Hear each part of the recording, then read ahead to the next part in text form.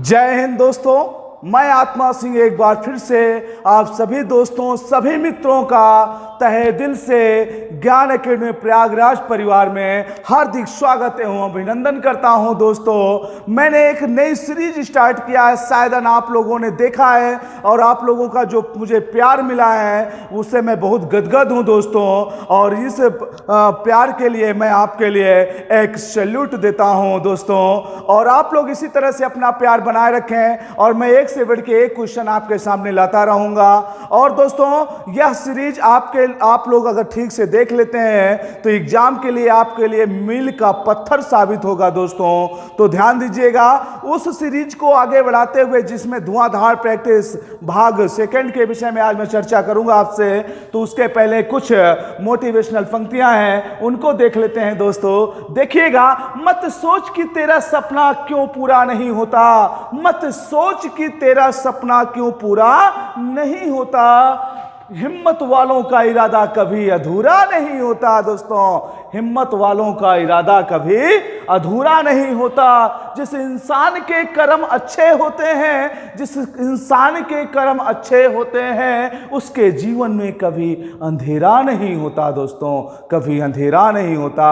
अगर आप शिद्दत से, प्यार से मेहनत करते रहेंगे, ईमानदारी से मेहनत करते रहेंगे दोस्तों, मित्रों, निश्चित रूप से आपके जीवन में कभी अंधेरा नहीं हो सकता। यह बिल्कुल सत्य है, बिल्कुल यूनिवर्सल ट्रूथ है। तो आप लोग मेहनत करिए, जी जान से लग जाइए। और मैंने क्या कहा था, अरे जिनको छत तक जाना है उनको सीढ़ियों की आवश्यकता है, हमें तो आसमां तक जाना है दोस्तों। तो हमें रास्ता बनाना होगा, तो हम उसी रास्ते पे निकले हैं। हमें केवल पेट हमारा कोई टारगेट नहीं है, पेट तो होगा ही होगा, उसके बाद वीडियो का एग्जाम आएगा, लेखपाल का एग्जाम आएगा, अदरवाइज बहुत सारे यूपी ट्रिपल एसएससी से संबंधित एग्जाम आएंगे दोस्तों। आप लोग बस इसी तरह से अपना प्यार देते रहिए और आगे देखिए आपका एग्जाम कैसे क्लियर होता है। तो देखिएगा दोस्तों, इस पंक्तियों के साथ मैं अपने नेक्स्ट वीडियो को प्रारंभ करता हूं। देखिएगा दोस्तों, शुरू करता हूं, ध्यान दें। आपका पहला क्वेश्चन है आज का, भारत की मुख्य भूमि, भारत की मुख्य भूमि की दक्षिणी सीमा है, भारत की मुख्य भूमि की दक्षिणी सीमा है। कौन सी मुख्य भूमि की दक्षिणी सीमा है? तो आप लोगों को शायद मैं इसको बताया नहीं, अगर बताया तो फिर से देख लीजिए। ये हमारा है इंडिया का क्षेत्र, ठीक है। इंडिया का दक्षिणतम बिंदु जो होता है वो कन्याकुमारी है। कौन सा दोस्तों? कन्याकुमारी। और कन्याकुमारी का जो अक्षांशीय विस्तार है वो अक्षांशीय विस्तार कितना है? 8 डिग्री 4 मिनट है। 8 डिग्री 4 मिनट उत्तरीय अक्षांश। यहां से विषुवत रेखा जाती है। विषुवत रेखा के ऊपर को भाग को क्या बोलते हैं? ऊपर के भाग को उत्तरी और नीचे के भाग को दक्षिणी के नाम से जाना जाता है। ऊपर का भाग उत्तरी गोलार्ध, नीचे का भाग दक्षिणी गोलार्ध। तो हमारा आंसर इसमें क्या सही होगा? 8 डिग्री 4 मिनट उत्तरी अक्षांश। दोस्तों, आखिर ये 6 डिग्री 4 मिनट क्यों दिया है? तो मैं आपको बताना चाहूंगा दोस्तों। देखिएगा, यहां पर आपका अंडमान निकोबार द्वीप समूह है। कौन सा है? अंडमान निकोबार द्वीप समूह। यहां का जो ये नीचे का पॉइंट है जिसे आप इंदिरा पॉइंट के नाम से जानते हैं, क्या कहते हैं? इंदिरा पॉइंट। तो मुख्य भूमि से पूछा है तो कहीं पर टूटा फूटा नहीं होना चाहिए, कहीं पर जल भराव नहीं होना चाहिए, उस क्षेत्र को कहा जाता है मुख्य भूमि। तो कन्याकुमारी से सीधा भारत जुड़ा हुआ है, लेकिन लक्षद्वीप के बीच, अंडमान निकोबार द्वीप समूह के बीच में कहीं ना कहीं जलीय क्षेत्र जुड़ा हुआ है। लेकिन अगर संपूर्ण भूमि की बात किया जाए तो विस्तार देखेंगे तो यहां पर देखेंगे 6 डिग्री 4 मिनट उत्तरी अक्षांश। ठीक है दोस्तों। उत्तर में हम देखते हैं, उत्तर में जो भारत का विस्तार है वो 37 डिग्री 7 मिनट उत्तरी अक्षांश तक है। अगर देशांतर की बात करते कभी तो 68 डिग्री 7 मिनट, 68 डिग्री 7 मिनट पूर्वी देशांतर से लेकर के कहां तक जाता है? ये आपका 97 डिग्री 25 मिनट पूर्वी देशांतर तक जाता है दोस्तों। कहां तक जाता है? 97 डिग्री 25 मिनट पूर्वी देशांतर तक जाता है दोस्तों। आप देखिएगा, यहां से शायद आपका ये क्लियर हो गया होगा कि 6 डिग्री 4 मिनट क्या है और 8 डिग्री 4 मिनट क्या है दोस्तों। ठीक है, क्लियर है। चलिए इसके बाद नेक्स्ट क्वेश्चन पे चलता हूं। अगला क्वेश्चन देखिएगा अपना, अगला क्वेश्चन नेक्स्ट नेक्स्ट है भारतीय मानक समय आधारित है। भारतीय मानक समय कहां से आधारित है? 80 डिग्री पूर्वी देशांतर, 80 डिग्री पश्चिमी देशांतर, 82.5 डिग्री पूर्वी देशांतर, 82.5 डिग्री पश्चिमी देशांतर। तो दोस्तों देखिएगा ये ग्लोब है, ग्लोब के मिडिल से जाता है 0 डिग्री देशांतर। कौन जाता है? 0 डिग्री देशांतर, जिसको हम GMT कहते हैं। क्या बोलते हैं इसको? GMT बोलते हैं, ग्रीनविच मेरिडियन टाइम। अब अगर इसके पूरब में जाते हैं तो ये पूर्वी गोलार्ध होता है, पूर्वी गोलार्ध होता है, ठीक है दोस्तों। और इसके पश्चिम में जाते हैं तो ये पश्चिमी गोलार्ध होता है, पश्चिमी गोलार्ध होता है दोस्तों, ठीक है। क्लियर है एकदम? बहुत बढ़िया, ग्रेट रिस्पांस है आप लोगों का। आप देखिए जो ये पूर्वी गोलार्ध की बात करते हैं, भारत की जो अवस्थिति है वो उत्तर पूर्वी गोलार्ध में पाई जाती है। तो भारत की जो अवस्थिति है लॉन्गिट्यूड के अंदर, देशांतर के अंदर, वो पूरब में है। किधर है? पूरब में है। तो जो यहाँ से इसका डिस्टेंस हो जाता है वो 82.5 डिग्री पूरब होता है। कितना होता है दोस्तों? 82.5 डिग्री पूरब होता है। आंसर कौन सा सही होगा? 82.5 डिग्री पूरब। बिल्कुल छाप लीजिए, ये क्वेश्चन आने ही वाला है दोस्तों, बिल्कुल समझ लीजिएगा। ये क्वेश्चन तो 100% आपके एग्जाम में दिखेगा, जरूर दिखेगा। तो ध्यान दीजिएगा, जो 0 डिग्री देशांतर इसके इस साइड का भाग पूर्वी गोलार्ध और इसके इस साइड का भाग पश्चिमी गोलार्ध कहलाता है। सूर्योदय जिधर से होता है वो पूर्वी गोलार्ध है, सूर्यास्त जिधर होता है वो पश्चिमी गोलार्ध करता है। अंडरस्टैंड दोस्तों? बहुत बढ़िया। चलिए तीसरा क्वेश्चन हम देखते हैं, तीसरे क्वेश्चन की ओर हम बढ़ते हैं। तीसरा क्वेश्चन कौन सा है? तीसरा क्वेश्चन है भारत का प्रमाणिक समय उस स्थान का स्थानीय समय जो निश्चित है। ध्यान से पढ़े क्वेश्चन। भारत का प्रमाणिक समय उस स्थान का स्थानीय समय जो स्थित है दिल्ली के समीप, कोलकाता के समीप, इलाहाबाद के समीप, भोपाल के समीप। दोस्तों कमेंट बॉक्स में इसका आंसर डालो, बिल्कुल कमेंट बॉक्स में आंसर डालो। मैं अपेक्षा करता हूं आप जरूर इसका जवाब दोगे। चलिए बताइए इसका जवाब। तो इसका जवाब जो होगा वो जवाब होता है इलाहाबाद के समीप से। बहुत बढ़िया, बहुत मोस्ट इंपॉर्टेंट क्वेश्चन। देखिए इलाहाबाद के समीप ये 4 जगहों से बोला जाता है। एक तो बोला जाता है गोपीगंज। क्या बोला जाता है? गोपीगंज। दूसरा बोला जाता है मिर्जापुर, ठीक है। अलग अलग राइटरों के द्वारा अलग अलग बताया गया है बुकों में। और बोला जाता है इलाहाबाद, और क्या बोला जाता है? नैनी बोला जाता है। क्या बोला जाता है? नैनी दोस्तों। लेकिन जो एग्जैक्ट लोकेशन है इसकी कहां पर है? मिर्जापुर है दोस्तों। कहां पर है? मिर्जापुर है एग्जैक्ट इसकी लोकेशन। अच्छा मैं बात करता हूं कोलकाता, भोपाल और दिल्ली की। तो देखिएगा दिल्ली जो है वो राजधानी क्षेत्र है। क्या है? राजधानी क्षेत्र है, राजधानी क्षेत्र है दिल्ली। और क्या है दिल्ली? दिल्ली देखिए राजधानी क्षेत्र के साथ साथ केंद्र शासित प्रदेश है। क्या है? केंद्र शासित प्रदेश है राजधानी वो दिल्ली। और क्या है? दिल्ली में जो दिल्ली में जो मानसून होता है, पूर्वी दक्षिण पश्चिम मानसून, जब वो 2 भागों में टूट जाता है केरला के पास से, तो इसके दोनों भाग पश्चिम और पूरब के दोनों आकर के कहां पर मिलते हैं? दिल्ली में मिलते हैं। बहुत इंपॉर्टेंट है, दिल्ली में मिलते हैं। दिल्ली में राष्ट्रपति भवन है। क्या है दिल्ली में? राष्ट्रपति भवन। बहुत बढ़िया, ध्यान दीजिएगा दोस्तों, दिल्ली में राष्ट्रपति भवन है। राष्ट्रपति भवन जो बना हुआ है वो रायलसीना पहाड़ी पर बना हुआ है। रायलसीना पहाड़ी पर बना हुआ है दोस्तों, देखिएगा रायलसीना पहाड़ी। अब प्रश्न पूछ ले कि रायलसीना पहाड़ी किसका भाग है? तो रायलसीना पहाड़ी अरावली का भाग है। किसका भाग है? अरावली का पूर्वी विस्तार है। बहुत बढ़िया। देखिए क्या क्वेश्चन है, देख लीजिएगा इसको। इसके बाद कोलकाता की बात करूं तो कोलकाता जो है, आप लोग इसको कर लिया। चलिए इसके बाद इसको मैं थोड़ा सा हटा देता हूं, इसके बाद आगे चलते हैं दोस्तों। देखिएगा कोलकाता के विषय में बात करता हूं आपसे मैं।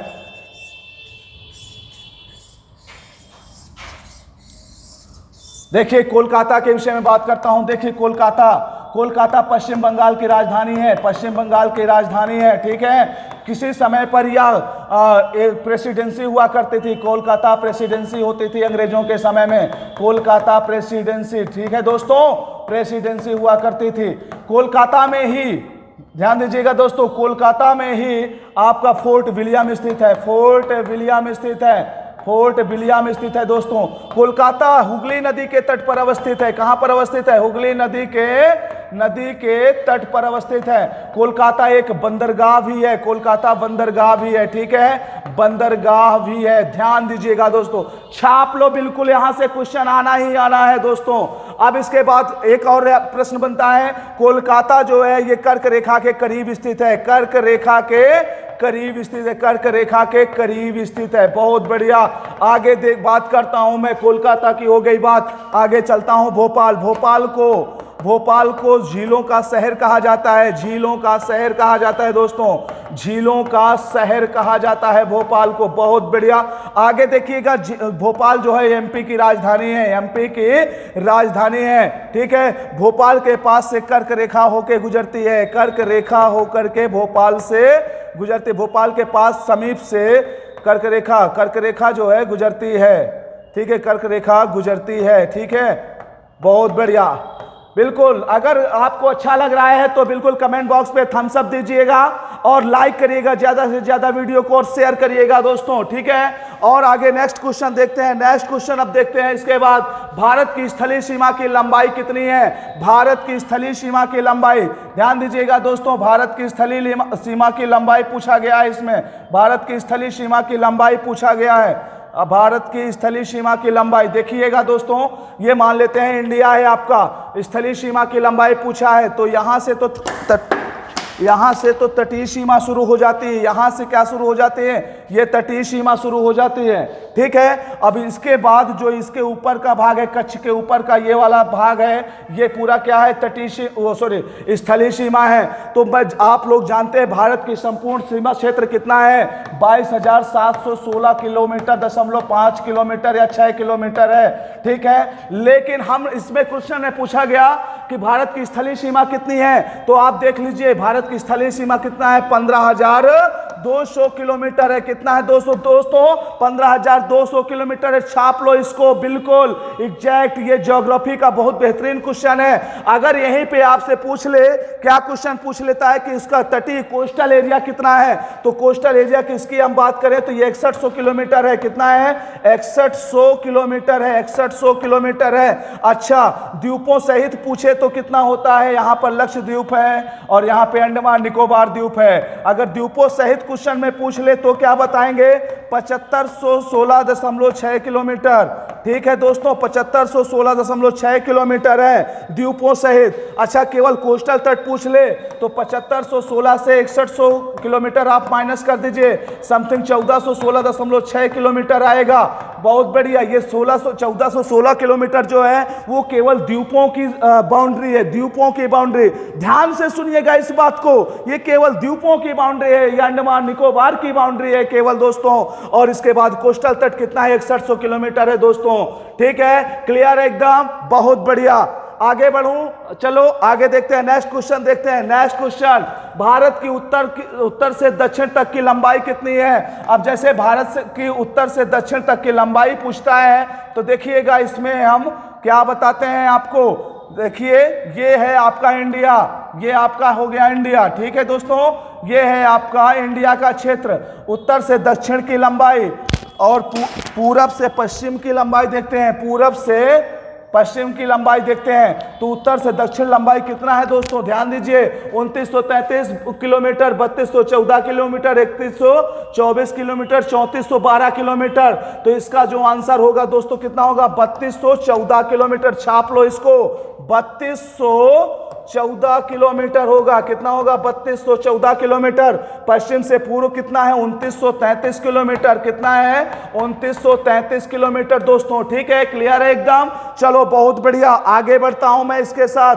आप देखो अगला क्वेश्चन है, भारत की प्रादेशिक जल सीमा समुद्र तट से कितनी समुद्री दूरी पे है? अब देखिएगा ये जलीय सीमा क्या होती है। देखिएगा दोस्तों, जो ये वाला क्षेत्र है, ये वाला, तो जो ये मुख्य भूमि लगी है, मुख्य भूमि से ये लैंड कितना है, इसी को प्रादेशिक सीमा कहा जाता है। जो कोस्टल तट कटा छटा होता है उसी को प्रादेशिक सीमा कहा जाता है। इसकी जो लेंथ होती है 12 नॉटिकल मील, 24 नॉटिकल मील, 111 नॉटिकल मील, 200 नॉटिकल मील। तो ये दोस्तों बताइएगा क्या होगा इसका जवाब? कोई तुरंत कमेंट बॉक्स में तुरंत इसका आंसर चाहिए मुझे, बताइए इसका जवाब क्या होगा? इसका जवाब होगा 12 नाटिकल मील तक। ठीक है, आगे जो बढ़ते हैं, जो ये आपका प्रादेशिक सीमा है, इसके बाद जब बढ़ते हैं आगे तो 12 नाटिकल मील और मिला दिया जाए, संलग्न क्षेत्र बन जाता है। क्या बन जाता है? संलग्न क्षेत्र बन जाता है। संलग्न क्षेत्र ये 24 नाटिकल मील पर है, 24 नाटिकल मील पर। और जो स्पेशल इकोनॉमिकल क्षेत्र होता है, स्पेशल इकोनॉमिकल क्षेत्र जो होता है, एरिया होता है, वो कहाँ पे होता है? वो होता है 200 नाटिकल मील तक, 200 नाटिकल